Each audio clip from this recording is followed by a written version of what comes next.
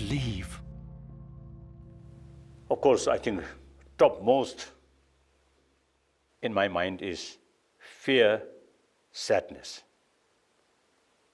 and almost like the feeling of desperate. And also leaving some of my close friends, sweepers, or some monks who look after temples or the libraries in Nobulinga, and including my dog. So as a human level, very sad, one factor. Then also, several thousand Tibetan, you see, suppose different Nobulinga already gets there. So that also additional worry. If something happen, then thousands of people will die. Then also, my own life, there is danger. One person's sort of future, but future of Tibet also is related. So therefore, anxiety, fear, little doubt, hesitation, and sadness, all mixed, very much mixed. That night, the Dalai Lama escaped from the Nobulinka, disguised as a Tibetan soldier. Then next day, reach southern Tibet. Then fear of my life, then no longer.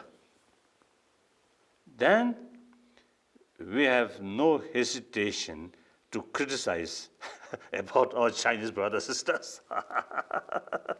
While in Lhasa, although sometimes we criticize, but from one corner of our mind, we, be careful, be careful, be careful, or that kind of sort of situation. Then as soon as we reach southern Tibet, the free from Chinese forces, we get some extraordinary feeling now, freedom. 2 weeks later, after an arduous journey through the Himalayas, the Dalai Lama reached safety in northern India. That morning, around dawn, they began shelling the Nobulinka.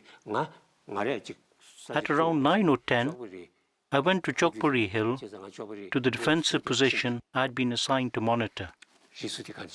When I looked towards the Potala, I saw there was a huge fire in the eastern wing. Near the account section, a huge fire.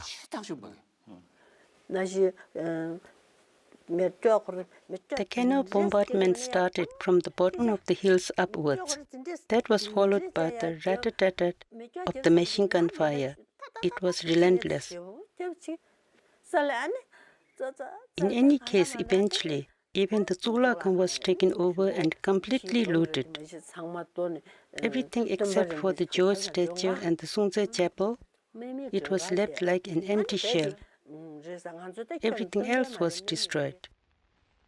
Then the relentless bombardment began. In the dust and smoke, I saw people and horses falling. The intense bombardment went on for about an hour or two. That day, over 1,000 of our people were killed. I saw it all with my very own eyes.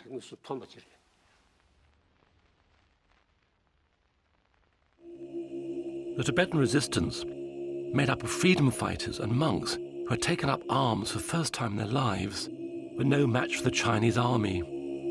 They surrendered after 3 days.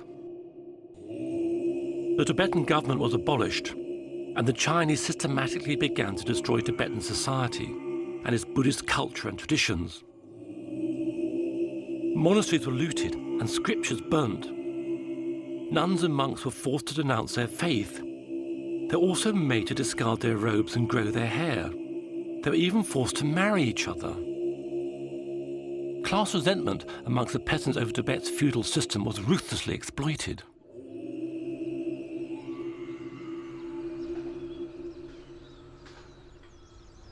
the Indian government granted the Dalai Lama political asylum, and 80,000 refugees escaped from Tibet to join him. He has lived here in Dharamsala, known as Little Lhasa, ever since.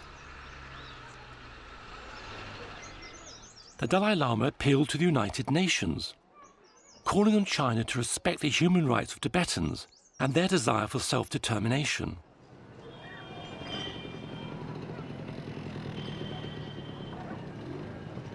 Despite 3 resolutions adopted by the UN General Assembly, the fact that thousands of monasteries were destroyed and hundreds of thousands of Tibetans were imprisoned in labour camps, the international community refused to intervene.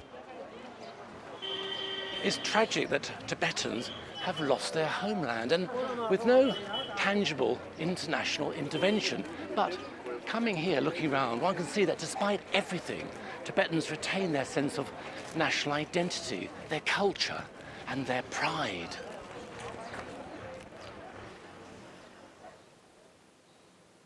Looking at these pictures that you have here in front of me, it's entirely a different world. And it was, to me, it's very sad. For instance, like my grandfather wanted Tibet. I get very emotional to talk about Tibet, you know.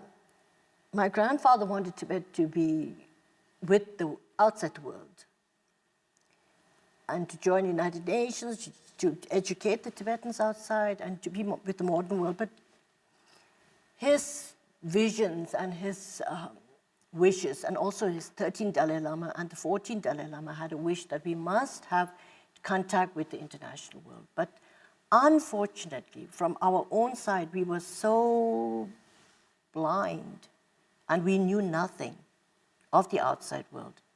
We were just so engrossed in our little pond, you know, so we knew nothing, what was happening to the world, what could happen, and so we lost our country.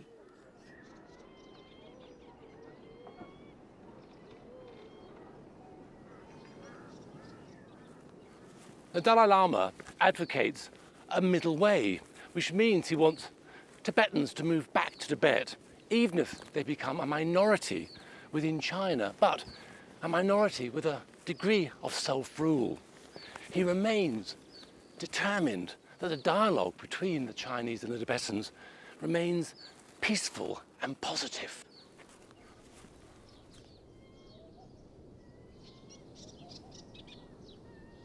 Middle approach is the best. So present Chinese government policy regarding different minorities, particularly regarding Tibet, is not healthy or not good for long run. So kind of new opinions as a result of better awareness now coming. So therefore, basically, I'm hopeful. Thank you. The Chinese government remains adamant that Tibet is not an independent nation. All the Buddhist ceremonies and rituals you see in this film are still banned in the Dalai Lama's homeland of Tibet. BBC4 spends a year in Tibet meeting ordinary people in an extraordinary place this Thursday at 9. More info in just a second.